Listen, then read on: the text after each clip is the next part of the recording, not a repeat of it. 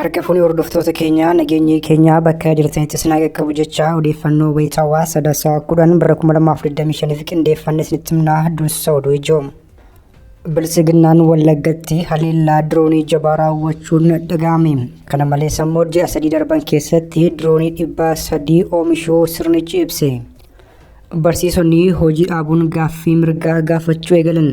Guyyaa har'aas manneen barnootaa iddoo hedduutti cufaa ooluun dhaga'ame. Bilisiginnaan meeshaa waraanaa kallattii garaagaraatiin galchaa jiraachuun ifoome. Kana malees immoo balaliin xiyyaaraa saaxilame. Ajajaa olaanaan ABO Jaalmarroo Dirribaa Abiyyee bulguu caalu jechuun ibsan. Itoophiyaan hiyyummaadhaan biyyoota 193 keessaa sadarkaa 180ffaa qabachuun dhagahame. William Ruutoon Itoophiyaatti dheekkamuun dhagahame. Kunis immoo lammiin biyyattii butamuun maallaqa miliyoona 3 kaffaluu hordofeetu jedhame. Pirezidaantiin Yuugaandaa haadha warraa muummee ministeeraa Itoophiyaa duraanii faarsuun ijoo dubbii ta'e. Warri toora YouTube chaanalii kanaaf haaraa taatan subscribe, like, share gochuudhaan nu cinaa dhaabbadhaa jechaan gara bal'ina oduutti isin dabarsa. Bilisiginnaan Wallaggaa dirooniin haleele. Bilisiginnaan Wallaggaatti haleellaa diroonii akkaan cimaa jedhamu uummata irratti yoo raawwatu ji'oota 3 darban keessatti diroonota 300 ol oomishuu ammoo ifoomse. Bilisiginnaan Oromiyaa, Amaaraa fi Tigraay keessatti diroonii fayyadamuun maanguddoo fi daa'ima haadha ulfaa osoo hin jedhin booji'amaa lafa gabaa fi mana waaqeffannaa osoo hin hafiin haala suukkanneessaan ajjeesaa tureera. Guyyaa kaleessaa godina Qeellam Wallaggaa magaalaa Machaaraatti haleellaan diroonii raawwatamuun ifoome. Haleellaan kun ammoo mana barnootaa irratti akka raawwatametu himame. Naannoo sanaatti bakka WBO wajjin waraanni cimaan geggeeffamaa akka turetu himame. Kunis kanaan jiru bilisiginnaan ammoo baatii 3 darban qofaatti diroonii 300 ol oomisheera jedheen. Oomishaa diroonii kana kan abbummaan dursu ammoo ilma ambaasaaddar dhaabaa dabalee kan ta'e dargaggoo Naa'ol Dhaabaa akka ta'e odeessi miliqee nu gahee ni agarsiisa. Bilisiginnaan dirooniiwwan kana fayyadamuun uummata meeshaa maleeyyee haleellaa jira. Kanaaf ammoo haleellaan gidduu kana godina Qeellam Wallaggaatti raawwatame agarsiistuu guddaadha jedhame. Bilisiginnaan waggoota 7 duula jabaa Oromiyaa keessatti geggeessaa kan jiru yoo ta'u addatti ammoo Wallaggaatti xiyyeeffateera. Kanas muummichi ministeeraa paarlaamaa irratti lolli Wallaggatti geggeessinu kan Tigraay ni caala jechuun ragaa ofitti bahee ture. እዚህ ጋር አንድ የሚጋነን ነገር አለ። የትግራይ ውጊያ በሚመለከት ተጋኖ የሚነሳ ነገር አለ። ባይዞ የትግራይ ላይ ያደረግነው ውጊያ ወለጋ ካደረግነው ውጊያ አንጻር ሲታይ በጣም ትንሽ ነው። እንዳይጋነን ማለት መጀመሪያ ላይ ሰሜን ሲጠጋ 3 ሳምንት ተዋጋን መቀሌ ያዘ። Barsiisonni hojii dhaabuun gaaffii mirgaa gaafachuu eegalan. Bilisiginnaan guddinni dinagdee biyyattii dabalaa jira jechuun lola sobaa afuufaa oolee bulus amma sadarkaa miindaa kaffaluu dadhabuu irra gahuun saaxilame. Oromiyaa fi kutaalee impaayiriitti biroo keessatti hojjettoonni mootummaa fi barsiisonni hojii dhaabuun yeroo ammaa kana daandiitti bahanii gaaffii mirgaa gaafachaa jiru jedhame. Guyyaa har'aa kanas barsiisonni naannoo Sidaamaa hojii dhaabuun hanga miindaan nu kaffaltanitti hin barsiisnu yoo jedhan godina Booranaa aanaa Areerootti ammoo hojjettoonni mootummaa hiriira bahuun gaaffii mirgaa gaafachaa jiru. Boonaa, Cirrii, Daayilaa, Hokkoo, Lakkoo fi Harooressaa keessatti manneen barnootaa cufamanii ooluu gabaasni keessoon qaqqabini addeessa. Hojjettoonni aanaa Areeroo ammoo kaffaltiin ji'a fulbaanaa fi kuufamni isaanii haga ammaatti waan hin kaffalamneef jechuun hiriira bahaniiru. Bilisiginnaan rakkoo maallaqaa guddaa keessa akka jiru dhaabbileen addunyaa saaxilaa turan. Kunis kanaan jiru dhaabbileen liqeessitoota Itoophiyaa mana murtiitti himachuuf beellama qabataniiru. Bilisiginnaan jedhameef faallaa maqaa isaa ta'ee gaddaa fi gadadoo uummata impaayiriitti maratti fidee waaroo salphinaa martifachaa jira jedhame.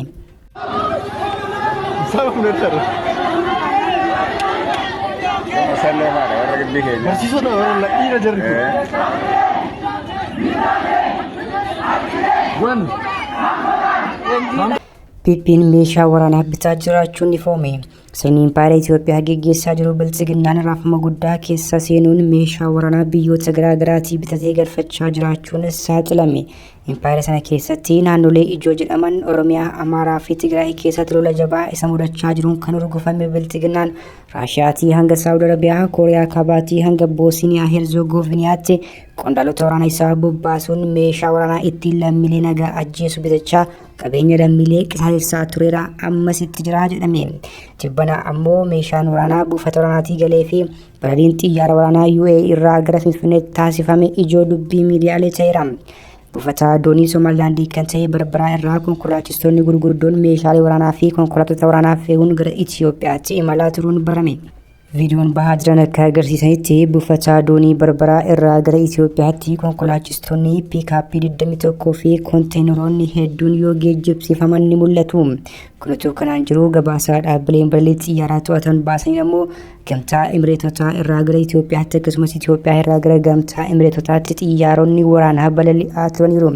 Maximus Antoniov AN 124 buufata xiyyaaraa Alreef irraa ka'uun Mombaasaa boqotee magaalaa Finfinnee buufata xiyyaaraa Boolee qubachuu maddi kun ni mirkaneessa. Qabeenyummaan isaa kan Fly Sky ta'ee xiyyaarri waraanaa tajaajila fe'iinsaa kennu Jibuutii irraa gara Dirree Dhawaatti si'a 3 ol deddeebi'uun gabaafameera. Bilchiginnaan muddama hamaa keessa seenuun kallattii adda addaan meeshaa waraanaa guurrachaa jira kan jedhanis jiru. Abiyyi bulguu oliitii jechuun Jaalmarroon ibse. Ajajaa olaanaan Abaaboo Obbo Jaalmarroo Dirribaa haasaa guyyaa kaleessaa dirree irraa taasisaniin Abiyyiin bulguun olii yoo jedhan duuti ammoo carroomutti ilaalamaa dhufeeraa jedhan. Jaalmarroon dogoggorri uumamee Abiyyi Ahmadii fi duukaa buutonni isaa maqaa Oromoo himachuun wareegama qeerroo fi qarree kallattii dabarsuu eeran. Jaalmarroon dhimmoota injifannoo wayyaanee irratti argame qabsoo qeerroo fi qarree butamee fi dhimma fincila diddaa garbummaa waggaa 20ffaa kabajamaa jiru irrattis haasaa taasisuun deeggartootaa fi jaallattoota qabsoo bilisummaa Oromootiif dhaamsa dabarsaniiru. Oromoota akkasitti waliin deemaa turan akeekkachiisaa ture. Akeekkachiisa sana keessaa tokko Tafarii Bantii. Yaa Tafarii ilma Bantii of eeggadhu jarri si gantii jedhanii sirbanii fi beekuu jechuu yoomiyyuu wanti kun fakkeessiif namatti maxxana malee gaaffii saba bu'uura hundeerra kan deebisne. Yaa Tafarii ilma Bantii of eegi lakki jarri si gantii jedhaniitu Oromoo waan gochuu qabu sirbaan akeekanii namni dammaqe hin jiru. Xumura irratti waan isaan jedhanii sirban yaa Tafarii ilma Bantii sitti himnaan diddee si marrachiisanii akka hoolaa dhaltii jedhanii sirbaniif jechuudha. Kanatu nu mudate ammas seenaarraa barachuu dadhabne. Madaan keenya osoo hin qoorin, osoo nu qulqulluu, osoo nu dhukkubuu deebinee dogoggora seenaa hambiraa keessa galle. Bulguu hundumaa caala. Inni dhiigni lafeen hundiyyuu tan quubsine. Muuxatee dhufee qabsoo kana keessa natu qabsaa'aa ture. Eenyuyyuu kanatti mirga hin qabu. Jijjiirama natu fideedhee jennaan hayyeeni ta'a ilma abbaa gadaa, ijoollee abbaa gadaa. Fardis kunoo, dirreenis kunoo irra bahaa gulufaa inni itti laattanne jechuudha. Dogoggora guddaa baay'ee nama gaabbisiisu, nama aarsullee jechuudha. Jaalmarroon fincillee hawaasaa jijjiirama guddaa akka addunyaatti argamsiisaa jiraachuu yaadachiisan. Abaaboo Obboon qeerroo fi qarree gurmeessee qaamolee gama miidiyaa fi kallattii kanaan muuxannoo olaanaa qaban gurmeessee sochii uummata bal'aa geggeessuuf humnaa fi qophii guddaa akka qabus ibsaniiru. Yoommoo garuu dhiibee itti deemee fincilli ammayyuu akka danda'amu ammoo Oromoon kaleessas argisiiseera har'as itti fufee argisiisuu ni danda'a. Biyyoota adda addaa keessatti fincilli mootummoota abbaa irree qaarisaa jiru ammas inuma jira. Kaka'umsa gaarii kaan qeerroof qarree Oromoof ta'aa jiru. Gaafa dide sabni waan tokkoyyuu dura dhaabbachuu hin danda'u. Kanaafuu asumaan wanni dhaammachuu barbaadu Abaaboo qabsoo hidhannootti dabalata qabsoo karaa fincilaatiin adeemuu qindeessuu ni danda'a. Kana jalatti qophiin barbaachisu taasifame yoo itti deemame akkasumas kanneen kaleessa fincila kana qooda irraa fudhataa turan gama miidiyaan gama adda addaan gaggeessaa turan walitti hidhamee gaggeeffamuun ni danda'ama. Dogoggora kaleessaarraa baratamee dubbiin lamanan suufanii nullee lama miti kuma lamayyuu suufamneerraa. Ammoo haa taatuuti mammaaktitti ittuma deebi'anii ammallee lamanan suufanii jedhanii itti deebi'anii qajeelchuun ni danda'ama. Abdiin sun jira.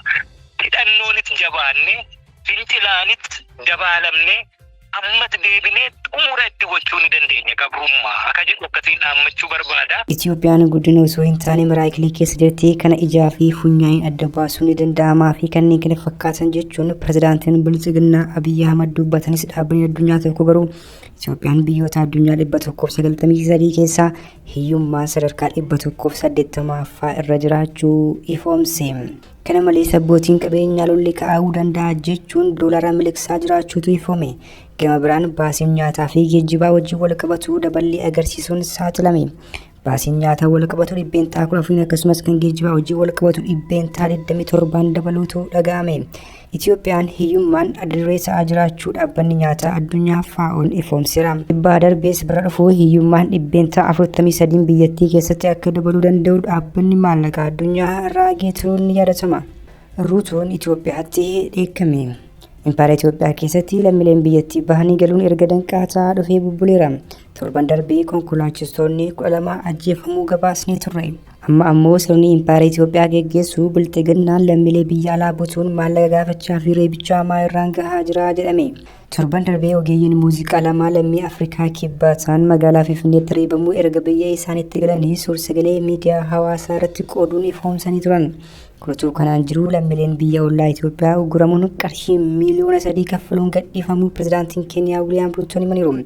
Pirezidaantichi akka jedhanitti yoo ta'e walta'iinsa qaamolee garaagaraatiin lammiin biyyattii Saamu'eel Nijaagii jedhamu harka namoota isa ukkaamsaniitti gadhiifameera. Saamu'eel bakka hojii isaa naannoo Amaaraa magaalaa Dabra Birhaanii butamuu imbaasiin biyyattii magaalaa Finfinneetti argamu beeksisee ture. Pirezidaantiin Ugaandaa haadha warraa muummee ministeera Itoophiyaa duraanii jechuun ijoo dubbii ta'e. Maanguddaa waggaa dheeraa aangoorra turan kan jedhaman pirezidaantiin Ugaandaa Yuwerii Museveniin uummata Ugaandaa fuulduratti giifti duree Itoophiyaa duraanii aadde Azeeb Masfiin ifatti faarsan. Pirezidaantii Museveniin haasaa sagantaa duula filannoo irratti taasisaniin gumaacha Azeeb Ugaandaaf goote baay'ee guddaa fi olaanaa ta'uun galateeffataniiru. Olmaan walteef guddinneessi galateeffannaa kan jedhan pirezidaantii Museveniin akka keenya qabsooftuu bilisummaa waan taateef seenaa galmeessiteetti jedhan. Pirezidaantii Museveniin haala kanaan Azeeb Masfiin galateeffachuun yeroo dheeraa waliin qabaachuu isaaniif agarsiistuudha jedhame. Akka odeeffannoon argame mirkaneessuutti aadde Azeeb Masfiin Ugaandaa keessatti damee industirii maanufaakcharingii keessatti hojii garaagaraa hojjechaa jirti. Galata isaanii kan ibsan pirezidaantichi yeroo duula filannoo isaaniitti naannoo hojii aadde Azeeb irratti argamuun akka ta'e miidiyaaleen biyyattii gabaasaa jiru. Hordoftoota keenya oduun sa'aatii kanaaf qabannee dhiyaanne kana gaammaatti hordoftan ture oduu biraan hanga walitti deebinutti nagaatti.